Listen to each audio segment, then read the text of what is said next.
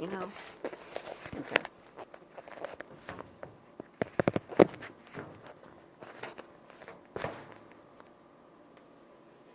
I'm just going to be very gentle. Okay.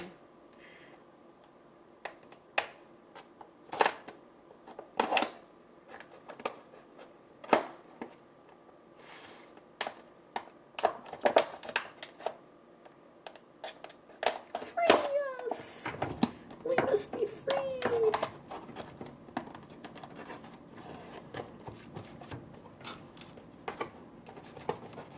There's a lot of moisture trapped in there. Okay.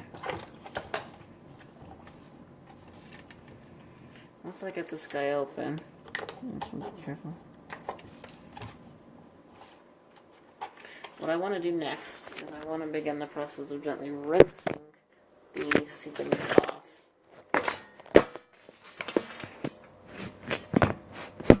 Okay. Cold.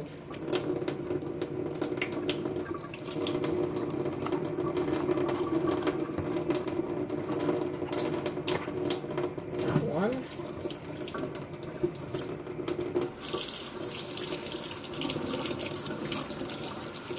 I'm just kind of gently getting as much of the media off of the plant as I can.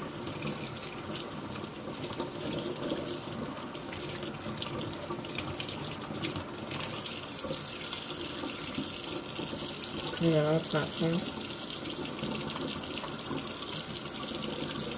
Next. It might be a little bit warm. That's fine.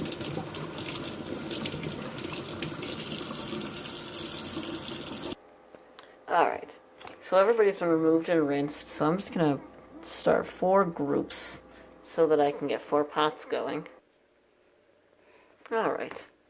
So now we should get started with, oh, here's the cymbidium from the orchid that was broken that I took the inflorescence of. But anyways. So now that I've gotten this, I'm going to start placing the seedlings on the moss.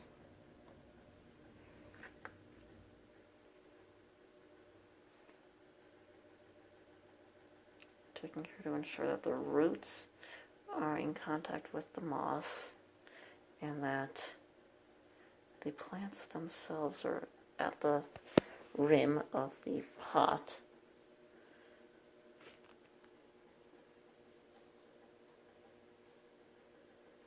I'm doing an experiment where I'm trying both bark and moss. I want to very gently get the moss on the seedling.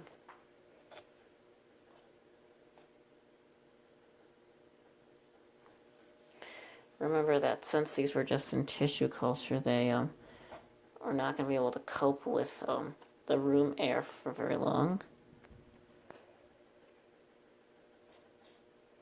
Let's get another baby on there.